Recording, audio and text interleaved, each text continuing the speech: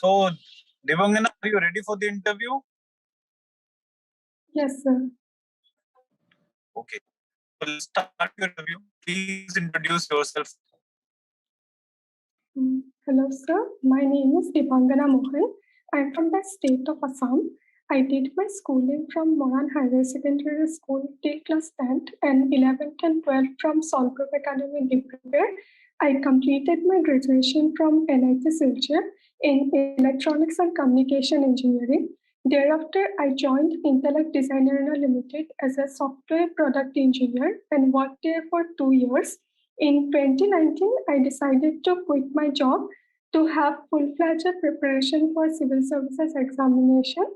However, during the pandemic, when it was shifted to work from home mode, I got an offer from my previous employer again. Currently, I am working as well as having my preparation simultaneously. Apart from that, my hobbies include playing chess and dancing bihu. I am an international FIDE rated chess player, represented my states in various national level tournaments as well. So that is all. Thank you. So now your voice is audible. Okay, I guess there was some problem in the connection. Oh, Right. okay, So my question to you was, you're already working in a specialized area, and yes, you seem to be a very accomplished player of chess already. So do you think this job shall give you job satisfaction if you join EPFO? Sir, yes, sir. My decision of joining the corporate job after my graduation was that it was a campus placement, and I decided to go with it because I wanted to have the professional experience as well as to have the financial independence for myself. However, when the time came for me to decide on my career on a serious terms, though the job gave me various exposure, both personally as well as professionally, and so I was also given the GEM award, which is the best employee award of the organization. At one point, I decided that at long term, I would like to do such work which should be having grassroots level contribution to the society. As I come from a family where my backgrounds are both my parents are teachers. So my question, okay. My question to you is, suppose you were the best employee of your company. Suppose you keep going up the rank, very soon you will be at a very senior level, and you can also start a company of your own self. And then you will be employing hundreds of people. Then maybe so many families would be having their hand to mouth because of you. Won't that be a better grassroots service than this job you are aspiring for? Sir, having the aspiration for entrepreneurship and starting my own company is definitely a better idea. However, when I was deciding for the career switch, I decided to go for the civil services because as a technocrat or as an engineer, because now I am employed in a company as an engineer, so going to a higher level would require a longer route, and becoming a civil servant would give me the better and diverse opportunity to be involved in the administrative service as well as to have the decision level at the position of decision making for the society. And therefore, I decided to choose civil services as the route for my long-term career. Okay, very good. So you are still appearing for civil services. How many attempts left? Sir, I had given UPSC 2 times, but I could not crack it. I am also appearing for state civil services, and recently I had given the state civil services interview. Okay, very good. So, Dibangana, what is your experience on chess? Why is India becoming a powerhouse and so many young grandmasters we are seeing all around? Why is it that happening so fast? Yes, sir. Sir, the chess boom in India, it is actually in a very good pace. In fact, the current world champion Magnus Carlsen had recently commented that India would soon become the world chess superpower, surpassing Russia. And there are various reasons behind it. I would say, first of all, I would give the credit to the one-man army, our very first Grandmaster and five-time world champion, Vishwanath Anand sir. He has started the culture of chess in India. Okay, fine, Dibangana, that all is well understood. Now let's focus on the last decade or so. Because in the last 5-6 years, even after the legendary Vishwanathan Anand had his time, people are coming up, and younger lot, it is very promising. What is changing precisely at the level of policy making as well as at the citizenry? Yes, sir. So at the level of policy making, I would say from the very start of 2000s, we had a very quick jump of having the number of grandmaster. In 1980s, when we had our first grandmaster, in the 2000s, we crossed it to the 20 to 30 level. And after no, Dibangana, we don't. Let's focus on the current era itself. In the last decade itself. I mean, are you aware of certain government initiatives which seem very promising to you? Yes, sir. So I would say the recruitment opportunity that the government has provided, the PSPB board has the certain criteria to recruit the grandmaster as well as some international master who has some promising career. They will be recruited under that. On a similar vein, are you aware of Khelo chess program of the government, which was very recently started? Yes, sir. Okay, and do you see some deficiencies in that program? Sir, deficiency, I would say there should be more collaboration with the international level, as we see that the coaching pattern or the professional coaching pattern is more advanced in countries such as West Europe or such as in Russia. So there should be more collaboration with the private parties as well as with the international forum as well. Yeah, so fine, Dibangana. Now tell me, what is the EPFO interest rate currently? Sir, it was 8.1%. And who has taken that decision?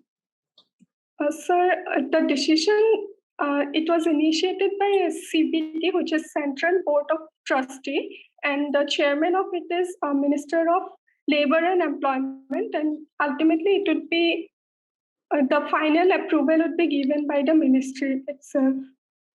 Why do you think the rates have been continuously falling for 3 consecutive years now? Yes, sir. Sir, I believe that the main reason because of the ongoing economic instability, if we start from the COVID pandemic itself, then after the COVID pandemic, we also had the current instability between Russia and Ukraine, which has affected the whole world in terms of the inflation as well. Okay. So this very temporary transitional global issue is affecting us. Please be brief. Please tell the pointers only. What all the reasons do you attribute it to? Yes, sir. So the current instability of Russia and Ukraine war, the outflow of forex services from forex reserve from India, with US, when the US reserve has increased its interest rate, and as well as the export and import has also been affected, due to which the forex reserve and the market and inflationary situation has changed, and therefore which the current economic instability has arisen, and therefore also the investment pattern has changed. Okay, Dibangana, you have conveyed yourself. My last question to you shall be, please tell the investment pattern where EPFO puts its money, in short. Sir, I'm sorry, I'm not able to recall the exact investment pattern, but right now I can only recall that it has more majority of the around 65% of the contribution towards the GSEC. So rest of the things I would have to study again. Okay, fine. So other esteemed members of the panel shall ask questions to you now. Okay, sir. Hello. Hello, sir. Hey, Dibangana. So you mentioned, right, your hobby is to play chess? Yes, sir. So can you just briefly tell me which side of the position you start your game, black or white, for your preference, sir, which you're liking? Sir, white. White. White, because it And would give me the advantage to control the game in my way. Supposedly, if I am black and I'm not familiar with the kind of opening that white would be playing, in the opening, it might give me some disadvantages. But in case of white, I would be able to lead it with my preparation and my way in the opening game. so you mentioned, right, whenever there is a chess tournament or a grandmaster, so how the person or how it would be decided who will gonna open the game? Sir, in the very first round, it is generally decided on the rank. If it is a switch system, supposedly there are 100 players, then it will be divided into two halves. Rank 1 will be playing against the rank 51, and the general convention is the first rank will be getting the white, and the 51st, who is his opponent, will be getting black. And subsequently, like the second rank, he would be in the first round, the player would be getting black, and likewise, it would be alternatively, it would be changed. All right. So which is your favorite chess piece? Sir, I would say the pawn. Why? Sir, because the pawn is, I believe, it is very underrated chess piece in the chessboard. It is the only piece in the board which has the ability to promote itself to something else. So when the pawn reaches to the 8th level. All right, all right. So Dibangana, just tell me how this pawn character in your life, where you have played a pawn character and once it reaches to opponent territory at the last 8 corners, so it changed to a queen. Can you just tell us any of your life example where you yourself had played a pawn and ultimately reaches to a queen? So may I please take a few seconds to give a thought about? Please. So, sir, I would like to mention an incident where when I joined the college in NIT Silchar, the culture of chess, it was not very prominent. And when we had our first fresher tournament, we did not even have enough participants to even organize that. And that where it struck me, and I thought that I would like to take the opportunity to have the kind of culture that I have always wanted. And with help of 2 other seniors, we formally started the NIT Silchar Chess Club, and we had gone up to the level of participation, organizing tournaments in local level to participation of NIT Silchar in national level inter-NIT chess competition. And we had also won over the years 2 gold medals and 1 bronze medal. And I was also awarded as the best player of the tournament. So I think from a level where there was very few exposure or very few initiatives at the initial level. All right. I got your point. Planning. Okay. Yes. So from one more question from chess side. So why there are so many Pragyanandas are mostly from south, not from somewhere in northeast like Silchar or from Delhi or above Delhi? What do you feel? Why are there groups not there? You yourself are promoting, but most of them are coming from south like Pragyananda. Why? Sir, the main thing is it revolves around the chess culture. As we have seen, the most of the Olympic gold medals or Olympic medalists, we can see that it is from Haryana or that part of the country, as because the culture is there. As we can say that the culture of chess in the southern state is very developed, and the basic root is definitely goes to Vishwanathan Anand sir.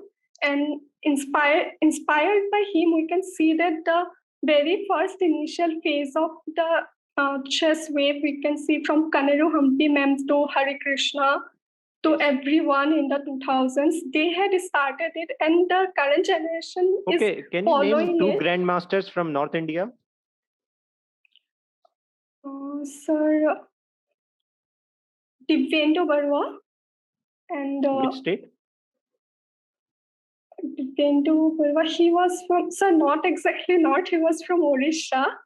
Okay. Not There are two. Harshit Raja.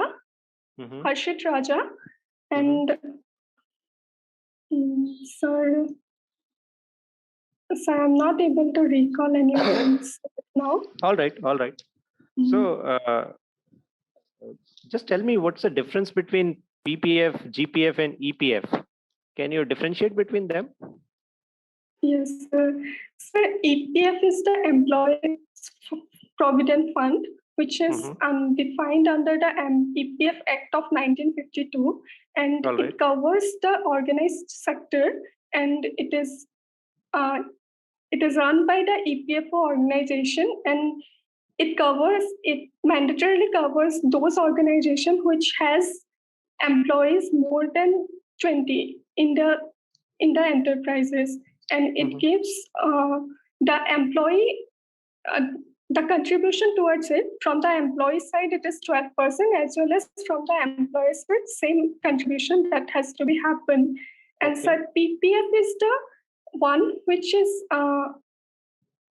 run by those organizations that is exempted from the EPF under certain conditions. Like some of the private companies or private organizations, they are supposed to provide the PPF with the which same or at least the whatever rate is going on with the PPF, with at least that amount of return interest rate, they have to provide PPF towards their employees. And so GPF is the GPF. As far as I remember, no, it is towards the government employees, sir. So right now, are you working somewhere? Yes, sir. Sir, I'm working in the. Okay, if somebody is not working, can he or she cannot open the PPF account? Sir, PPF account can be. Sir, Sir, may I change the question? I think I got in some confusion. The PPF account, it can be opened by anyone with there is some age limit. I'm not sure about the age limit now, and it can be there can be a maximum contribution by the account holder to 1.5 lakhs per year, and it will be matured after opening of 15 years. So one cannot invest more than 1.5 lakh in a PPF? Sir, I'm not quite sure about the difference, but as far as I remember, the upper limit was 1.5 lakhs per annum, the contribution per annum. All right. So one last question from my side. So currently EPFO is publishing a lot of advertisement related to Pradhan Mantri Mandhan Yojana. Yes, sir. So basically, can you just give objectively, can you just give me a brief who can join, who cannot join, and what are the pros and cons of this kind of scheme and who it is for? Sir, I will have to study about Mandhan Yojana. I'm not Pradhan sure Mantri about Mandhan Yojana. Yes, sir. I'm not sure about Pradhan Mantri Shram Mandhan Yojana. All right. Any other scheme which is run by and current government regime is promoting as a part of good governance? Any of the EPFO scheme or ESI scheme under labor laws which you find yourself that this is the scheme can change the ground realities in terms of organized and unorganized labor? Sir, in terms of EPFO, at the very start of the pandemic, the government has enrolled two schemes. One is Atmanirbhar Bharat Rozgar Yojana, and another one is under PM Garib Kalyan Yojana, and which said that both the employer and employee contribution of total of 24% would be contributed by the central government. And there was some limitation on that how much. Which scheme? Which scheme out of two? Sir, Atmanirbhar Bharat Rozgar Yojana, the both employer and employee contribution would be provided by the central government, And when the number of employees is less than 1,000 and less than 1,000, and so that it can incentivize the new employment into the sector. Okay. So are you aware that whether ESIC, is it applicable towards mines or not? So I'm not sure about it. I'll have to study. All right. So I think that's all from my side, and I think I hand over to other board members. Thank you. Thank you, sir. Hello, Divangana, can you see me? Yes, sir. Okay, right. So your formal interview stands over. Okay, sir. You can breathe easy now. Right. Okay. Okay, so when is your interview? 29 July. 29 July. Fine. So you have 2 weeks at least, right? Oh, I have 2 weeks in that. So Divangana, you have a very promising personality and a very promising way of delivery. But a couple of things which are very remarkably necessary for you to work upon. The first thing is you're giving very long answers because they are only taking interviews for 15-17 minutes. This way, your interview, they'll be only able to ask only 5-6 questions to you. So keep your answers crisp. I mean, you should not speak for more than 3 sentences in response to any question, or set a time limit of 30 seconds. This you can achieve by practicing in front of a mirror. Make a list of questions, hand it over to some friend or maybe sibling, and try to record it and set a stopwatch. See that you don't go beyond 30 seconds. Okay, sir. So this way, a lot of dimensions of your personality shall be explored because you are an achiever in certain area. So they'll be expecting high levels of communication skills as well as presentability. So you have all the promises. You can be amongst the toppers if you just try to work upon this particular aspect of being crisp and to the point. Don't give long intros and just address the centrality of the question. Knowing something very well is one part and answering something well is very different, right? So always practice this art of answering, how to answer briefly, precisely, and to the best of your knowledge as well. So for that, this practice of speaking three sentences to every question, condensing whatever information you have into those 1 or 2, 3 sentences is very necessary for you. And are you planning to give an offline mock as well? Sir, actually, no. I'm staying in Assam only now. Actually, in my hometown, there would be no such facilities. So I'm not planning right now. In that case, you can give more of online mocks, or you can see yourself changing, how you start answering and how you start keeping to the time limit, etc. So beyond that, I'm sure you'll do well. Keep working well. All the best from my side. Thank you, sir. Now Divesh sir will add the reviews. Yes, sir. Yes, sir. Yeah, Dibangana, you have a very good personality, and it was really nice, and interview was up to the mark. But again, just briefly, when you are not very sure about it, you can say that, okay, I'll go and I'll check right now, but I'm not right now sure. Just say that, okay, after over of the interview that I'll go and check. And rest, keep it short, again, for 3 to 4 sentences. If interview is interested, he'll cross question on whatever you have mentioned. And rest, I want to give you some, because since you still have a time for more than 2 weeks, some few tips from my side that, again, check for government exams, government schemes with related to EPFO, ESI, especially EPFO and ESIs. And you should have an absolute clarity on PPF, GPF, this basics. And I think that's all from my side. And definitely there's a potential to increase from at least 10 to 15 marks from here. So that's all. Thank you, sir. Thank you, sir.